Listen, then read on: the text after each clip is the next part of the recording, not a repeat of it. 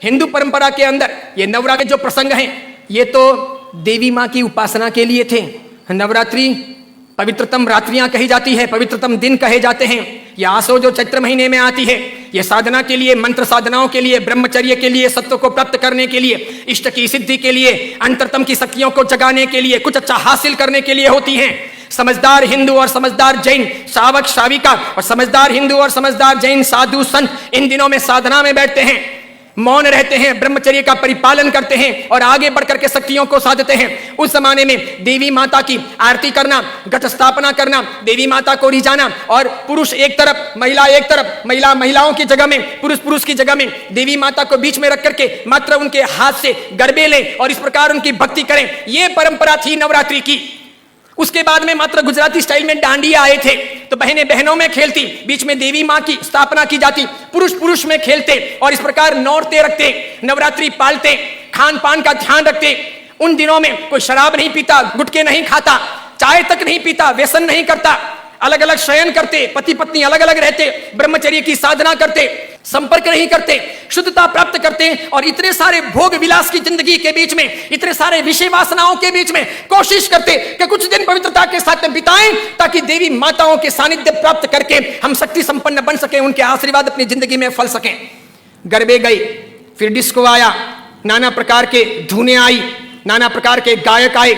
कई कंपनियां, कई संस्थाएं इसमें कूदी, कई सारे लोगों ने धन कमाना शुरू किया, छोटे बड़े ये डांडियों के अलग अलग कार्यक्रम होने लगे, सब लोग ललचाने लगे। देवी माँ एक तरफ रह गई, देवी की साधना एक तरफ रह गई, नवरात्रि की पवित्रता एक तरफ रह गई, घट स्थापना एक तरफ रह गई, गरबे लेने का भाव एक तरफ रह गया, आरती और देवी माँ को रिझाना, मातृ शक्तियों को प्रेरित करना, ये सब एक तरफ रह गया। आज डांडिये खेलने वालों में से किसको पता है कि साधना क्या है, ब्रह्मचर्य क्या है,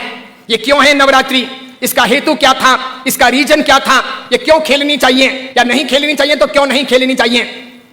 मेरा ही नहीं, भारत के कई सारे अखबारों का, कई सारे समाजविदों का,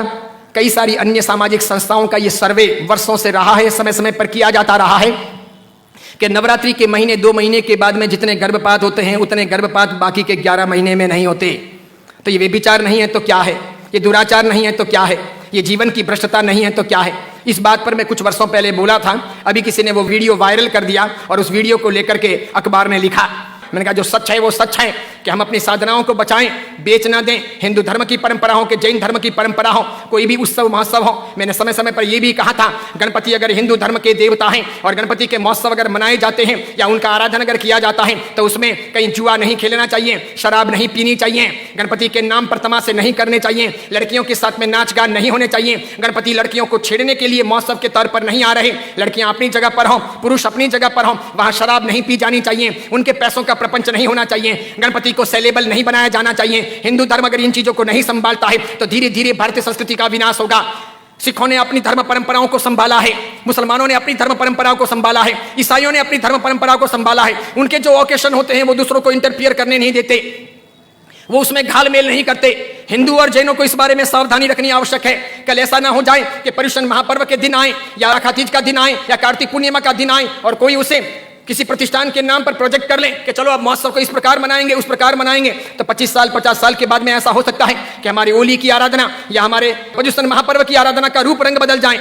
जैसे मैंने नहीं कहा था कि मात्र संगीतकारों को बुला करके हम 9 दिन की भक्ति रख लें, सुबह भी भक्ति, रात को भी भक्ति, ठीक है, और इस प्रकार पर्युषण आगे बढ़ जाए और अच्छी खासी संख्या के अंदर वे आधुनिक संगीतकार आधुनिक धुनों पर बहुत गाएं और नौजवान लड़के लड़कियों को मजा आ जाए, सब वहीं पर जाएं। तो 10 साल 15 साल तक अगर ऐसा चले तो आज एक ने किया, कल दूसरा करेगा, परसों तीसरा करेगा, अब चौथा करेगा, धीरे धीरे साधुओं के व्याख्यान में कोई नहीं जाएगा, पर्युषण महापर्व के प्रवचन एक तरफ रह जाएंगे, कल्पसूत्र जी हवा खाते रह जाएंगे और पर्युषण का रूप बदल जाएगा। ये नहीं हो सकता, ये नहीं किया जाना चाहिए। मैं इसलिए कह रहा हूं कि मेरी जिंदगी तो बहुत छोटी है, मैं तो कल दुनिया से चला जाऊंगा, लेकिन भगवान के शासन की परंपराएं नहीं मरनी चाहिए, हमें उन्हें जिलानी होगी। हमारे बच्चों को ये पता नहीं, उनको तो क्या है, नाचना गाना कूदना घूमना फिरना अच्छा लगता है, उन्हें सामाजिक प्रतिक्रमण ना अच्छे लगे, बिना पंखों के रहना उन्हें ना अच्छा लगे, लेकिन जरूरी यह है पर्युषण महापर्व की पूरी प्रक्रिया, उसकी साधना की सारी व्यवस्था समझी जानी चाहिए और इसीलिए हर बाबत के अंदर सावधानी आवश्यक है। हमारा यह वीडियो अगर आपको पसंद आया हो तो उसे लाइक कीजिए, शेयर कीजिए